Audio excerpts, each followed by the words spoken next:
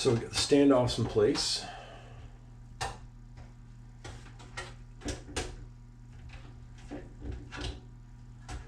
Probably pull the back cage off.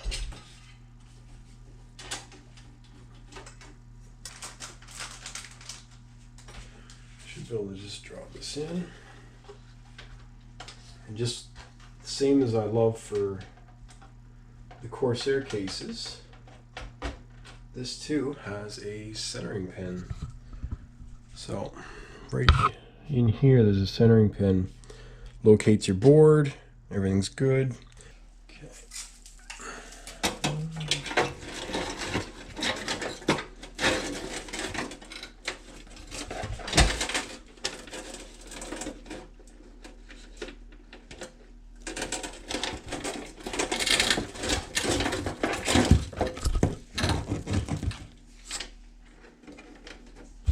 So, our big ones.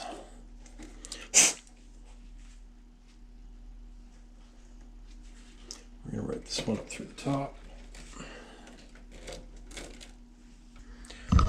Okay, so it's hard to see, but we've got our front I/O panel hooked up, and I'm still deciding whether I'm going to open that up or not. I like the clean look. Nice to run my USB 3 a little bit tighter to the motherboard, but not the end of the world. AC audio hooks up.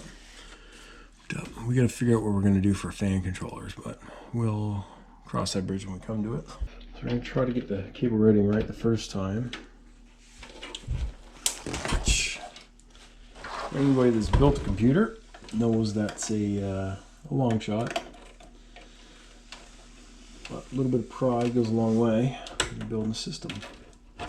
Take an extra minute. Look after your cables. Make sure they're routed correctly. Make sure they're not overstrained.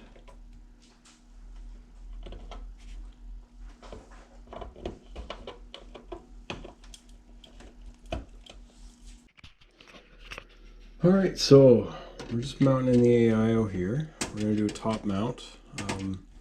Tried the front. There's just not enough space. That Strix 2080 or 1080 Ti is just, it's too large, won't fit. So I'm going to put it up here. There's lots of literature out there that'll show you exactly the pros and the cons of top mount, front mount, push-pull, combined. There's 20 different ways to mount these things. The biggest thing is you got to have your inlet for your actual rad has got to be above the pump.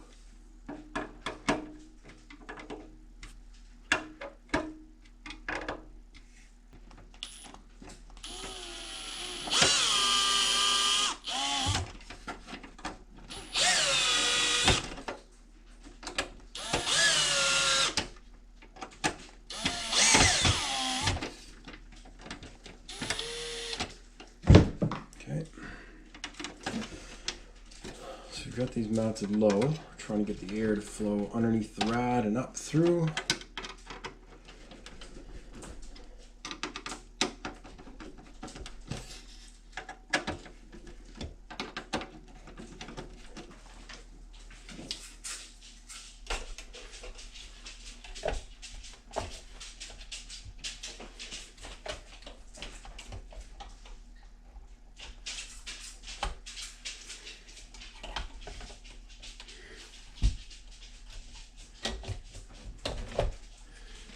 Okay, make sure we're on. That's locked. It's a big ass card.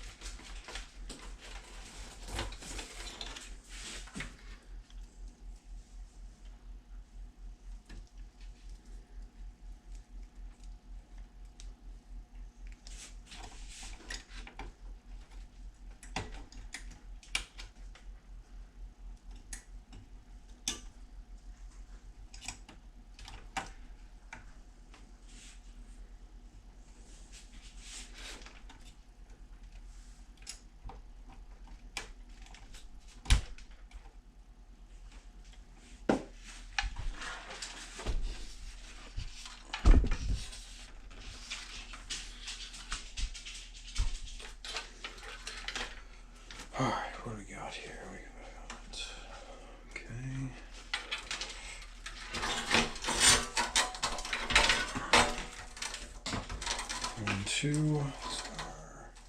PCIe. We should have SATAs right there.